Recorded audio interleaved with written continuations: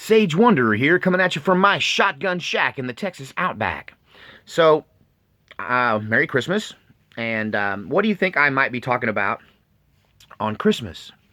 You think I might be talking about some cool family thing or religious thing or some like Christianity thing, you know? No, Merry Christmas. We're talking about Civil War in Virginia. Don't. All right, so I kind of was late coming to the party on what's going on in Virginia, and I've been playing catch up. But let me tell you, I've caught up. And I really think that what we're seeing is the genesis of civil war in Virginia. I was waiting for you to put in the don't. I know you did it. I know you don't. I know you did. But yeah, it's a little freaky to think that civil war might be coming to America, and I guess I didn't see Virginia coming. And it could be that it's because there was some tampering with the ballots in Virginia, and this is why suddenly a red state has a complete, leftist, democratic, hardcore control of everything. They control everything in the state house coming January. And, there's this big gathering of gun owners on January 20th. A lot of people say that civil war in Virginia could kick off on that day. There are people, militia groups, individuals around the country that were preparing to go there and join the Virginia resistance against tyranny. And if you don't know what's going on, see my previous videos. We've been talking about this for a while, how there's a massive gun grab and a resistance going on in Virginia that's about to kick off. And January 20th might be the day it kicks off. Now, having said that, I've been wargaming this. And just to get you up to speed, let's give you a bullet point list of where we are as of Christmas 2019. So, the legislature and the governorship is under the control of hardcore Democrats that want to disarm the populace. They claim it's because of crime in the inner city, but in reality, we all know what's going on. This is an attempt to disarm the country folk before they come out here and start treating us with tyranny. They're going to come out here and take our guns, and they want us to be like them. There are plans in the works to take over our country homes with all the land there and turn them into apartment buildings. This is what they want to do. They want to make all of the outlying area. I mean, just read Isaac Asimov. If you want to look at what they're trying to plan, it's an Isaac Asimov future. They want to use robotics to do farming and to grow food, and they want all of the outlying areas to either be wildlife zones where humans aren't allowed, or agricultural zones where only workers, typically people just tending to the robots and the automated agricultural work, and then inside that ring of agriculture is going to be where all the people live around the center of government, like a big bullseye, and everyone close together so they can control everyone and everything. And that country people stand in the way of that. Rugged individualists stand in the way of that future.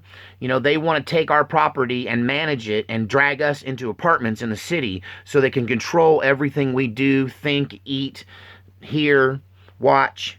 They want to control everything. It's the spirit of control. This, as I've been telling you, is the Jezebel, Lilith spirit of control. That's why many of you who are wargaming how civil war will break out are not thinking correctly, because you're thinking, quite frankly, from a masculine war mentality from the past. That involves chivalristic ideas like honor and and fair play, and that, I guess, honor is the best way, glory, things like this that were words from the past, that the warrior mentality still has our mind wrapped around, is alien to the Lilith Jezebel spirit. They're backstabbers. They're breaking your house in the middle of the night kind of people. They're, why jump on you because you're bigger and stronger when I can just spread rumors about you and destroy your image, or destroy your name. Maybe I can just get you falsely arrested. See, this is how the spirit of Jezebel, Lilith, and control, this demon entity that is in control of our country right now, in such a broad way. Well, 50% of our country is under the control of this demonic spirit, and it's got a really strong personality and a way of doing things. And I think y'all are way far wrong when you're talking about how this is going to kick off. I think a lot of glory-minded, kind of honor-minded, militaristic. I mean, I was raised in that family, so I get it, right? But the underlying part of my family was the Jezebel spirit of the women who controlled things from off to the side and manipulated. And so this is how the leftists think. This is how this governor's thinking. He's not thinking we're going to meet you on the field of battle and will the best man win. Arr. They're not thinking the Viking way, okay? This is not the machismo, thinking. This is more like, how can we defeat them while they're sleeping, right? That's how these people work. So in wargaming this out, I kind of come up with the same conclusions. That, number one, if you think you're going to jump on your horse and ride to Virginia and join in with this group of militia people and do open battle with the enemy and hang them in the street and have a revolution over there, you don't understand how this is going to play out.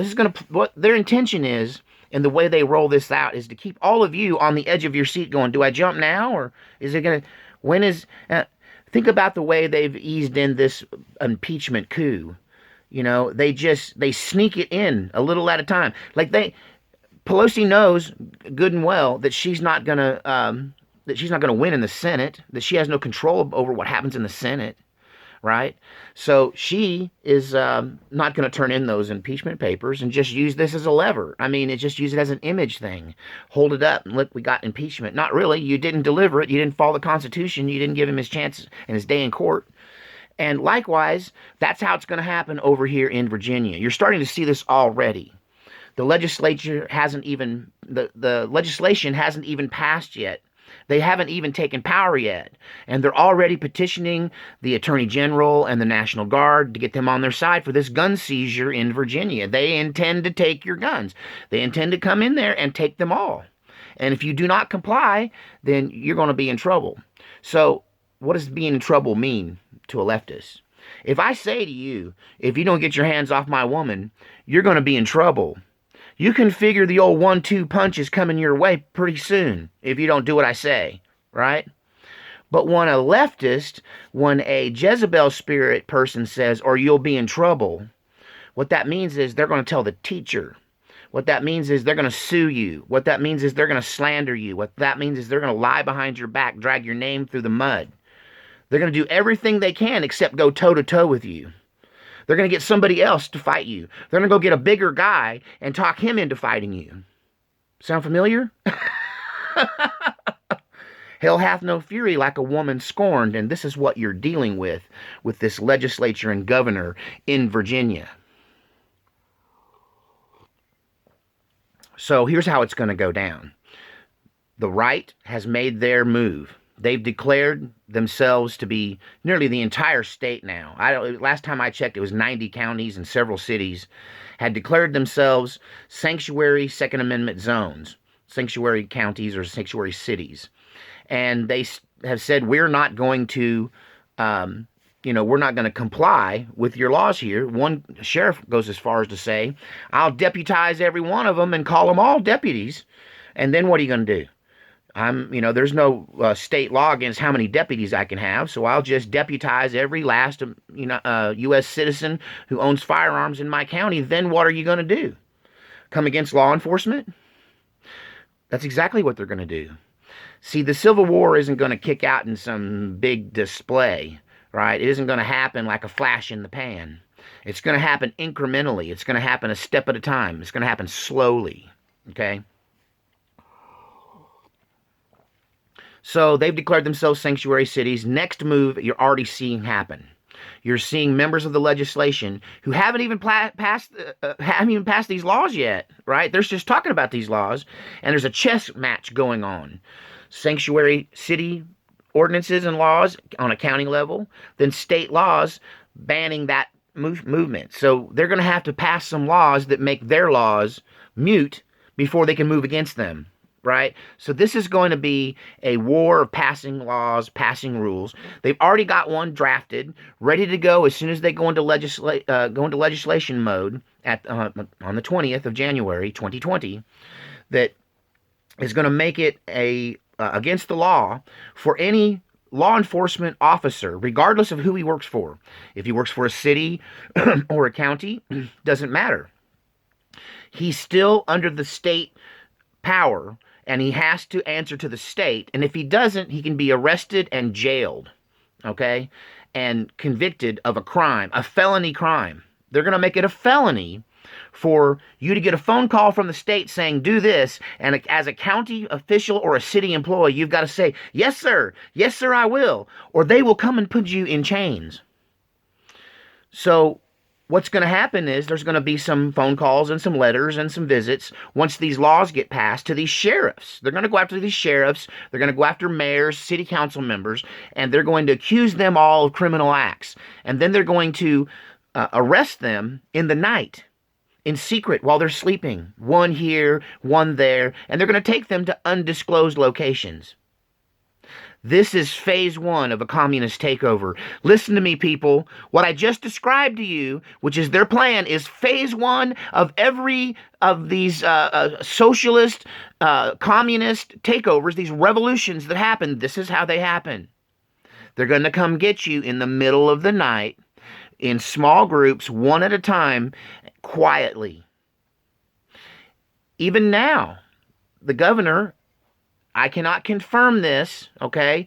This is what I'm hearing is rumors. It's a leak that supposedly came out of the governor's office in Virginia, where he is asking his aides to figure out how they can shut off power and how they can shut off communications, access to the internet, cell phone use, television in and out, hard lines, Wi-Fi, all of it in these areas when they go to seize the guns.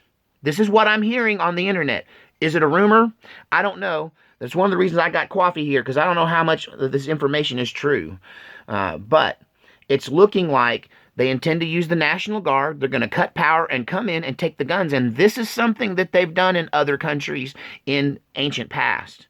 And it's just harder now because everyone's tied into international communication. I mean, I have a device in my pocket that I can talk to any other human being as long as I know the proper numbers. I can call anybody in the world from that phone. I sure can. It's powerful. So they got to stop that communication. So when they do this, they don't have a flood of people coming from other states to aid them. If you believe my source from so many years ago, Sfali said that this kind of stuff would happen so fast you wouldn't see it coming. Like, it wouldn't be like, hey, let's get ready and protect ourselves. It's like one day you're going, hey, we should do something, and the next day you're in chains in a football field in the rain being re-educated by your communist overlords. And this is just the way they've always done it. Ask the survivors in Cambodia how it went down. Ask the survivors who got out from China. Not many did. But historically, we understand that this occurs. It happened in the Central American countries that flipped to communism in the 1980s. I can't name them all because some of them flipped one way and then the other. But Nicaragua, El Salvador, places like that. It's not going to go down the way you think. It's not going to be one, let's ride out like, it's not going to be, you're not going to be John Wayne in True Grit with the, biting down on the reins, the T6 guns, eat lead, fill your hand. It's probably not going to go down that way. You're going to be attacked financially. You're going to be attacked politically. You're going to be attacked verbally. You're going to be attacked with lawyers and lawsuits. And, ultimately, it's going to be a lot of people like me going, well, you can say what you want, and you can tell me what those papers in your hand means, but just like my ancestors who made bootleg whiskey in the mountains of Arkansas, I don't care what your paper says and what that tin star on your chest says. If you come down in this holler asking about bootleg liquor, you're not going home. You're gonna spend the rest of your days down here, or the rest of your day down here. And that's how you're going to have to be. when this really tanks up, when this really rocks up, when this really twists out and starts rolling, man, it isn't going to be all of us together. They're going to separate us, and they're going to do it through incrementalism. And, it's just going to be like the birth pains of a woman who's travailing in childbirth. It's going to start mildly, incident here, an incident there, a red flag here, a red flag there, a county here, a county there, a sheriff here, a sheriff there, right? The only wild card in this is, what will honorable men do when faced with dishonorable behavior? When those in the militia understand that they're not going to ride out at their Humvees and their ARs and fight us in an open battlefield somewhere where we can practice our skill and art as men and soldiers and military minds, that they're gonna fight us in a way in a dishonorable way, in a way that is alien to us. How are we going to respond? That's the main wild card. That's the thing I can't war game. I can tell you what the enemy's going to do. They're going to go after these sheriffs. They're going to go after our leadership, one at a time, here and there. They're not going to go toe to toe with us. And if they do, they're going to cut the power, cut the lights, cover it all up, and try to pretend it never happened. Like, literally, mass graves, right? And they say nobody died in that city. Nobody died in that county. I don't know what you're talking about. They turned their guns in willingly. I don't know what you're talking about. And anybody that says different disappears. They get Clintonized. They get Arkansided. You understand?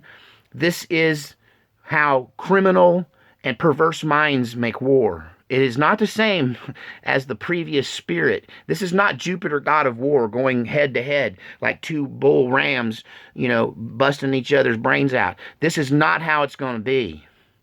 It's going to be a war of attrition, a sneaky war. A bloody war, but a dastardly war without honor. And the only question is, how does an honorable man proceed into a battlefield where honor no longer matters? How are you going to respond? If you enter this fray, it's because you were raised by honorable men with a military history. You have members in your family who have shed their blood for your country. And now it's your turn, and it just happens to be on our own soil. How are we going to proceed against an enemy so perverse and so lacking of honor? And so, dirty fighting is an understatement. Merry Christmas. Here's your Civil War present. Is it happening in Virginia? Well, that remains to be seen.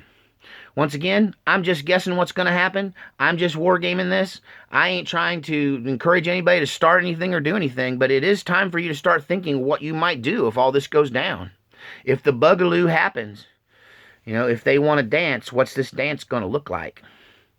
If we may have to learn a few new steps. All right. God save our republic.